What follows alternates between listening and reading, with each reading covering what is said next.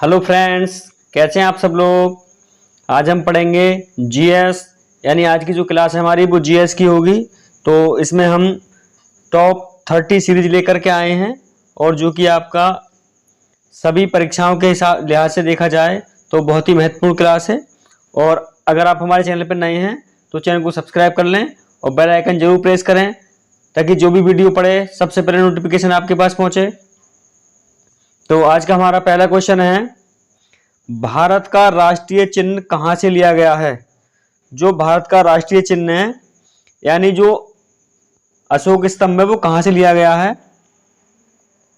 भारत का राष्ट्रीय चिन्ह कहां से लिया गया है। ऑप्शन है हमारे सारनाथ स्थित अशोक सिंह के स्तंभ से, दिल्ली स्थित अशोक स्तंभ से, इलाहाबाद स्थित अशोक स्तंभ से, पटना स्थित चंद्रगुप्त मौर्य के महल से। तो देखिए जो हमारा भारत का राष्ट्रीय चिन्ह है वो लिया गया है सारनाथ स्थित जो अशोक स्तंभ है वहां से लिया गया है। तो इस क्वेश्चन का जो पहला ऑप्शन है, ऑप्शन ए, वो बिल्कुल सही हो जाएगा हमारा। सारनाथ में जो स्थित है अशोक स्तंभ के, जो अशोक के सिंह हैं उस स्तंभ से लिया गया है। यानी क्वेश्चन नंबर 1 का जो आंसर है वो ऑप्शन ए करेक्ट हो जाएगा। सारनाथ स्थित अशोक के सिंह स्तंभ से लिया गया है जो हमारा राष्ट्रीय चिन्ह है। क्वेश्चन नंबर 2, भारतीय राष्ट्रीय ध्वज में तीलियों की कुल कितनी संख्या है। जो हमारी तीलियां हैं ये 3 की जगह तीलियां हैं, जो टाइपिंग वाले सर हैं उन्होंने मिस्टेक कर दी है। तो भारतीय जो राष्ट्रीय ध्वज है मतलब हमारा नेशनल फ्लैग जो है उसमें कितनी तीलियां हैं। जो तीलियों की संख्या है हमारे राष्ट्रीय ध्वज में वो कितनी है, 18, 22, 23 या 24। तो देखिए नेशनल फ्लैग में कुल तीलियों की जो चक्र होता है बीच में बना हुआ, उस चक्र में जो तीलियों की संख्या है वो 24 है, यानी 24। उसमें तीलियों की संख्या 24 होती है।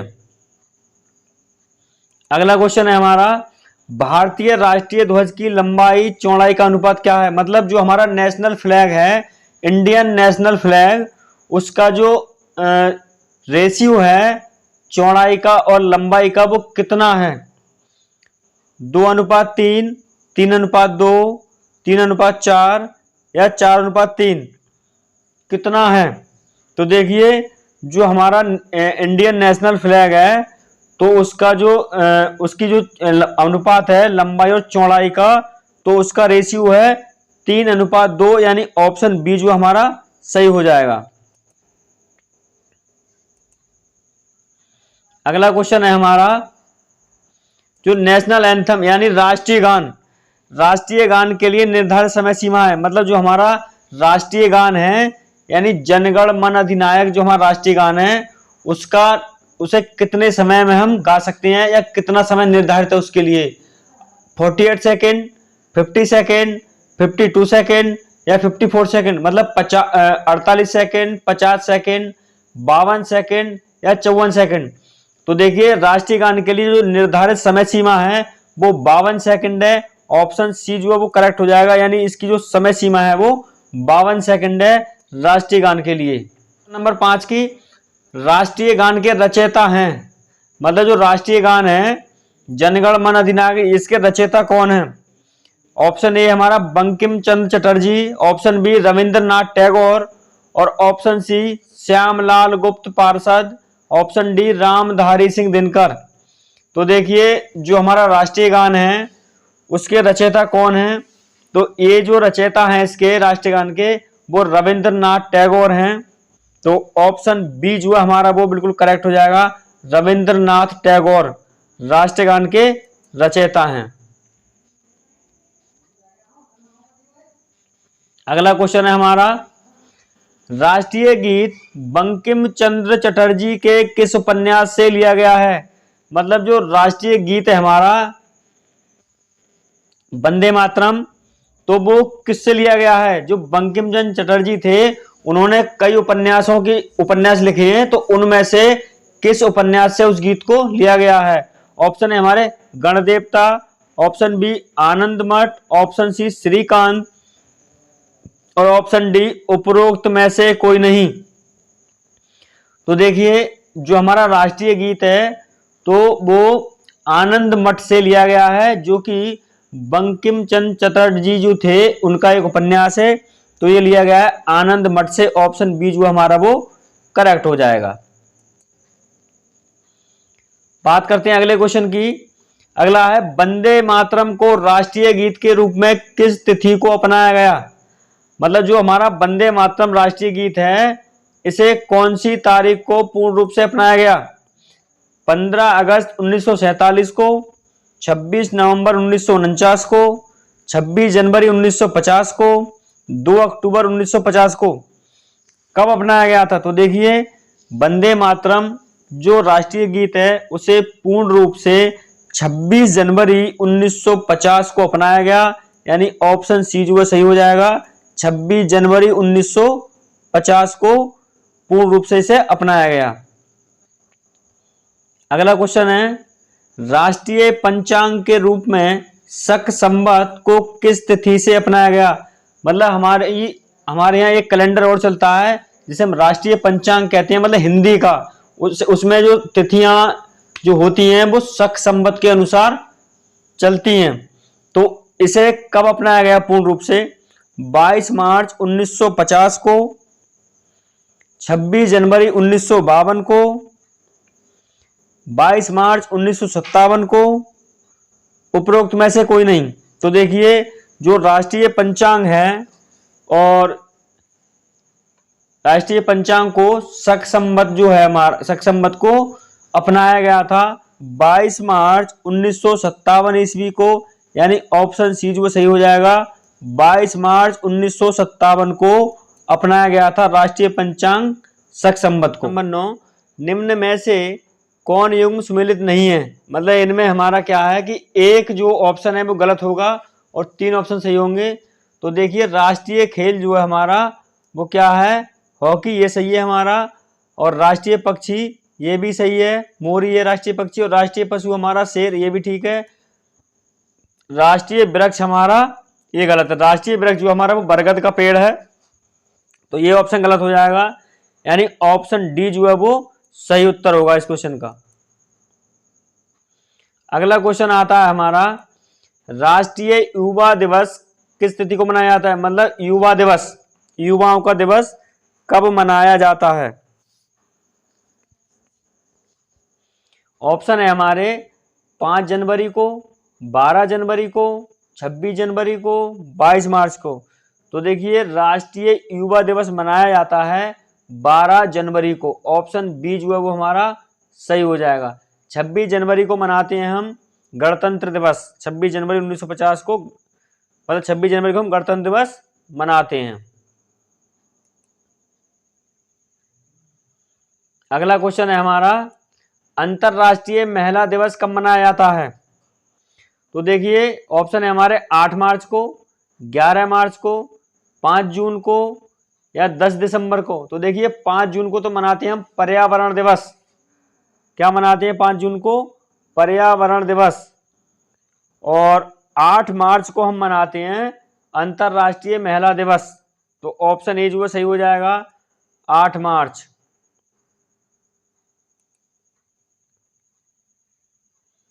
अगला क्वेश्चन है राष्ट्रीय प्रौद्योगिकी दिवस कब मनाया जाता है। 14 जनवरी, 28 फरवरी, 11 मई, 13 मई। तो जो राष्ट्रीय प्रौद्योगिक दिवस है वो मनाते हैं हम 11 मई को, यानी ऑप्शन सी जो बिल्कुल हमारा करेक्ट हो जाएगा, 11 मई। यानी 11 मई को मनाते हैं हम राष्ट्रीय प्रौद्योगिकी दिवस। अगला क्वेश्चन है हमारा क्वेश्चन नंबर 13 यानी 13, विश्व श्रमिक दिवस कब मनाया जाता है। मतलब जो मजदूर दिवस है पूरे संसार में वो कब मनाया जाता है, विश्व श्रमिक दिवस। ऑप्शन है हमारे 31 मार्च, 1 अप्रैल, 12 अप्रैल या 1 मई। तो देखिए 1 अप्रैल को डॉक्टर बी.आर. अम्बेडकर द्वारा आरबीआई की स्थापना की गई थी, रिजर्व बैंक ऑफ इंडिया की स्थापना की गई थी डॉक्टर बी.आर. अम्बेडकर के द्वारा। 1 अप्रैल को जो रिजर्व बैंक ऑफ इंडिया है उसकी स्थापना की गई थी, ठीक है। और जो हमारा विश्व श्रमिक दिवस मनाते हैं वो 1 मई को मनाते हैं, यानी ऑप्शन डी जो हमारा वो सही हो जाएगा।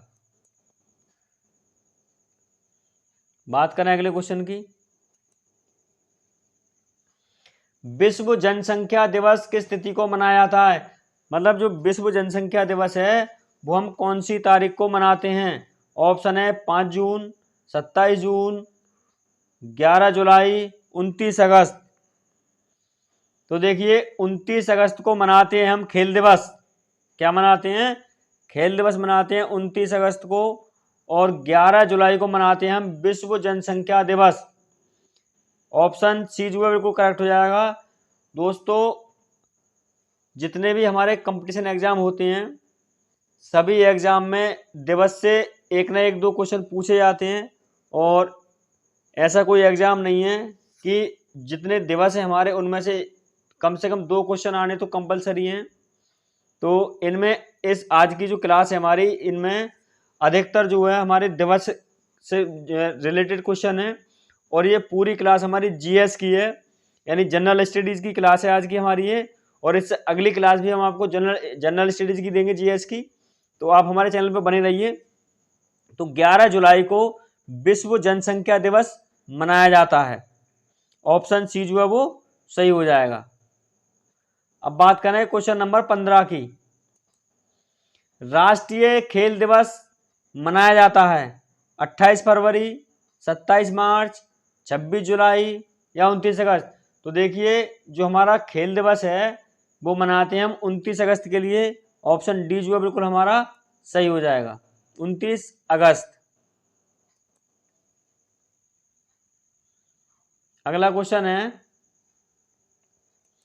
विश्व पर्यावरण दिवस कब मनाया जाता है? देखिए ये क्वेश्चन तो 110% आता है। मतलब ये यूपी टेट परीक्षा हो, सी टेट परीक्षा हो, या आपका रेलवे हो, या लेखपाल की परीक्षा हो, या सब इंस्पेक्टर परीक्षा हो, ये सारी परीक्षाओं में ये कॉमन क्वेश्चन है।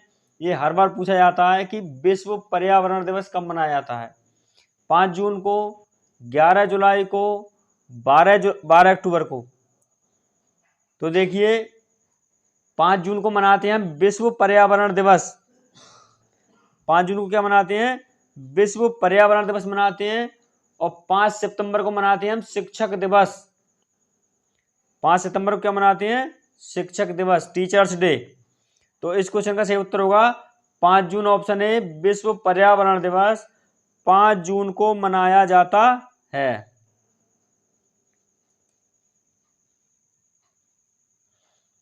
अगला है हमारा राष्ट्रीय विज्ञान दिवस कब मनाया जाता है? 28 फरवरी, 28 जनवरी, 28 फरवरी, 28 मार्च या 28 अप्रैल। देखिए तारीखें सेम है लेकिन महीना चेंज है। तो जो राष्ट्रीय विज्ञान दिवस है वो मनाया जाता है हमारा 28 फरवरी को।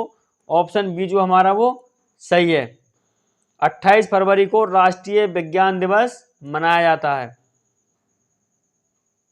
अगला क्वेश्चन है शिक्षक दिवस कब मनाया जाता है? यानी टीचर्स डे कब मनाया जाता है? 5 सितंबर को, 2 अक्टूबर को, 12 नवंबर को, 26 दिसंबर को। तो देखिए 2 अक्टूबर को हम गांधी जयंती मनाते हैं, यानी गांधी जी का जन्म दिवस 2 अक्टूबर को मनाया जाता है। और 5 सितंबर को हम शिक्षक दिवस मनाते हैं, टीचर्स डे 5 सितंबर को। तो ऑप्शन ए जो हमारा बिल्कुल करेक्ट हो जाएगा। दोस्तों मैंने दिवस के ऊपर एक फुल वीडियो बनाई है, तो आप मेरे चैनल पे जाएं, और मैंने वीडियो का जो लिंक है वो डिस्क्रिप्शन में डाल दिया है, तो वहां से आप दिवस की फुल वीडियो देख सकते हैं। और बाकी का जो बचे हुए हैं वो मैं इसमें कवर कर लूंगा। तो यहाँ हो जाएगा 5 सितंबर को हम क्या मनाते हैं? Teachers day. ऑप्शन ए जो है करेक्ट हो जाएगा। अगला है हमारा विश्व मानवाधिकार दिवस कब मनाया जाता है? जो विश्व मानवाधिकार दिवस है ये हम कब मनाते हैं? ऑप्शन है हमारे 1 दिसंबर, 5 दिसंबर, 9 दिसंबर, 10 दिसंबर। तो देखिए जो विश्व मानवाधिकार दिवस है वो मनाते हैं हम 10 दिसंबर को। ऑप्शन डी जो हमारा सही हो जाएगा, 10 दिसंबर को विश्व मानवाधिकार दिवस मनाया जाता है। अगला है क्वेश्चन हमारा, गीत गोविंद के रचयिता हैं, मतलब जो गीत गोविंद है उसके रचयिता कौन है? जयदेव, भर्तृहरि, विशाख दत्त, इनमें से कोई नहीं। तो गीत गोविंद एक उपन्यास है, तो इसके रचयिता कौन है? जयदेव हैं या आपका भर्तृहरि हैं, विशाख दत्त हैं, या इनमें से कोई नहीं। तो देखिए गीत गोविंद के रचयिता हैं जयदेव, यानी ऑप्शन ए जो है बिल्कुल सही हो जाएगा, जयदेव का है गीत गोविंद।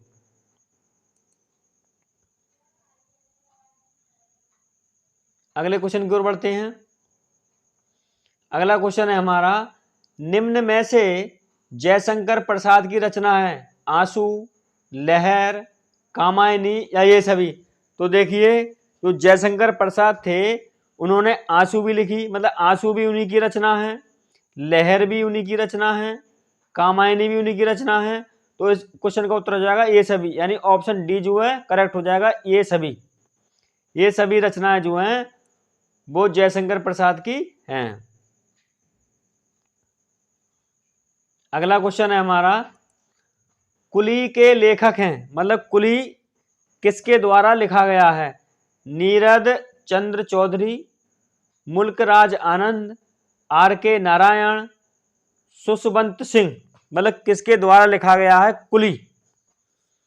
तो देखिए कुली के जो लेखक हैं वो मुल्कराज आनंद हैं, यानी ऑप्शन बी जो हमारा करेक्ट हो जाएगा, मुल्कराज आनंद के द्वारा कुली लिखा गया है। अगला क्वेश्चन है, ब्रोकन बिंग की लेखिका है, मतलब ब्रोकन बिंग की लेखिका हैं सरोजनी नायडू, इंदिरा गांधी, कोकिलाबेन, मेनका गांधी। तो देखिए जो इंदिरा गांधी थी ये देश की पहली महिला प्रधानमंत्री बनी और इन्हें भारत का सर्वोच्च सम्मान यानी भारत रत्न से भी नवाजा गया है इन्हें। और जो ब्रोकन बिंग की लेखिका हैं वो सरोजनी नायडू हैं, ऑप्शन ए जो है वो हमारा करेक्ट हो जाएगा, सरोजनी नायडू। अगला क्वेश्चन है हमारा, मीन कैंप किसकी आत्मकथा है? मीन कैंप जो है वो किसकी आत्मकथा है? बिस्मार्क की, नेपोलियन की, हिटलर की या कार्ल मार्क्स की? तो देखिए मीन कैंप जो आत्मकथा है वो है हिटलर की, यानी ऑप्शन सी जो हमारा वो सही हो जाएगा, हिटलर की आत्मकथा है मीन कैंप, ऑप्शन सी जो है वो हमारा सही हो जाएगा। अब आता है क्वेश्चन नंबर हमारा 25, पैराडाइज लॉस्ट के रचयिता हैं, जो पैराडाइज लॉस्ट है उसके रचयिता कौन है, यानी किसके द्वारा लिखी गई है? शेक्सपियर के द्वारा, चार्ल्स डिकेंस के द्वारा, होमर के द्वारा, जॉन मिल्टन के द्वारा। तो देखिए पैराडाइज के जो रचयिता हैं वो हैं जॉन मिल्टन, यानी जॉन मिल्टन के द्वारा ये लिखी गई है। तो ऑप्शन डी जो हमारा सही हो जाएगा, जॉन मिल्टन के द्वारा पैराडाइज लॉस्ट लिखी गई है। अगला क्वेश्चन है हमारा, विंग्स ऑफ फायर किस प्रसिद्ध वैज्ञानिक की आत्मकथा है? विंग्स ऑफ फायर ये एक प्रसिद्ध आत्मकथा है, ये किसकी है, कौन से वैज्ञानिक की है?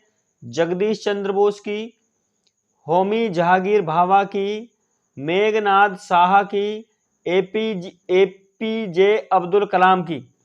तो इनमें से कौन से वैज्ञानिक हैं जिनकी ये आत्मकथा है विंग्स ऑफ फायर?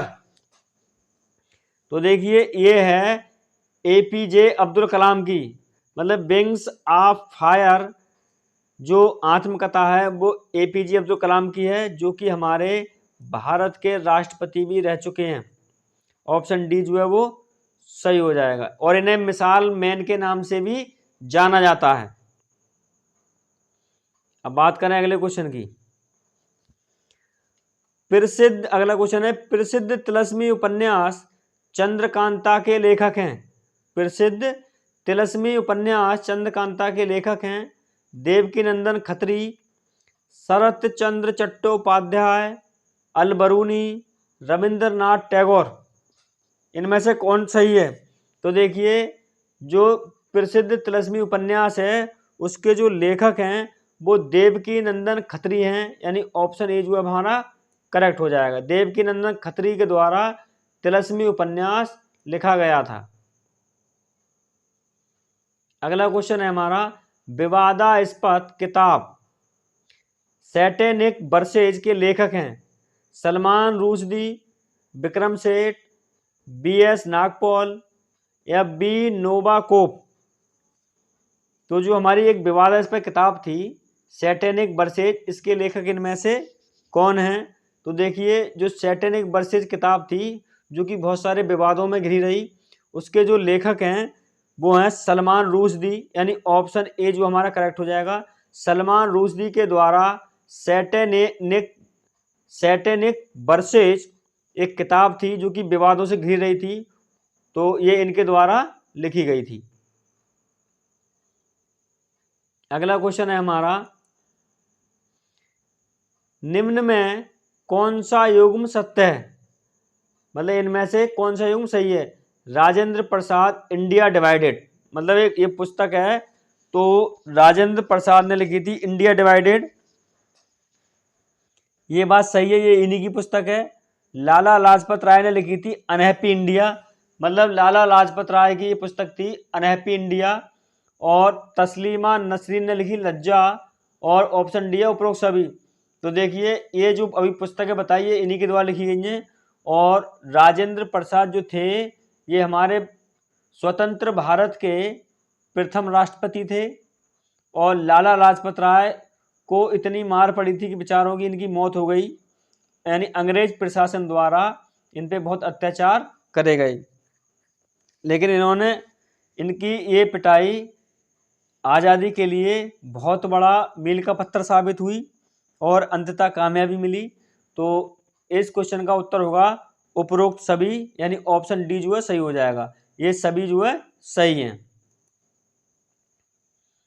अगला क्वेश्चन है हमारा, ईस्ट तिमोर की राजधानी है, मतलब ईस्ट जो तिमोर एक देश है तो उसकी राजधानी कौन सी है इनमें से? दिल्ली, सेशल्स, विंडहॉक, हून। तो देखिए जो ईस्ट तिमोर की राजधानी है वो दिल्ली है, यानी ऑप्शन ए जो हमारा बिल्कुल करेक्ट हो जाएगा। दिल्ली ईस्ट तिमोर की राजधानी है। तो दोस्तों आज जो हमने जीएस की क्लास में क्वेश्चन 30 की सीरीज की है, और आप हमारे चैनल पर लगातार बने रहिए। अगली वीडियो हम जीएस की बनाएंगे, क्योंकि इसके जो कुछ क्वेश्चन बचे हैं वो हम अगली वीडियो में कवर करेंगे। और हमारे चैनल को सब्सक्राइब कर लें और बेल आइकन जरूर प्रेस करें ताकि जो भी वीडियो हम डालें उसका नोटिफिकेशन सबसे पहले आपके पास पहुंचे। और वीडियो को लाइक करें और दोस्तों में शेयर करें ज़्यादा से ज़्यादा। धन्यवाद।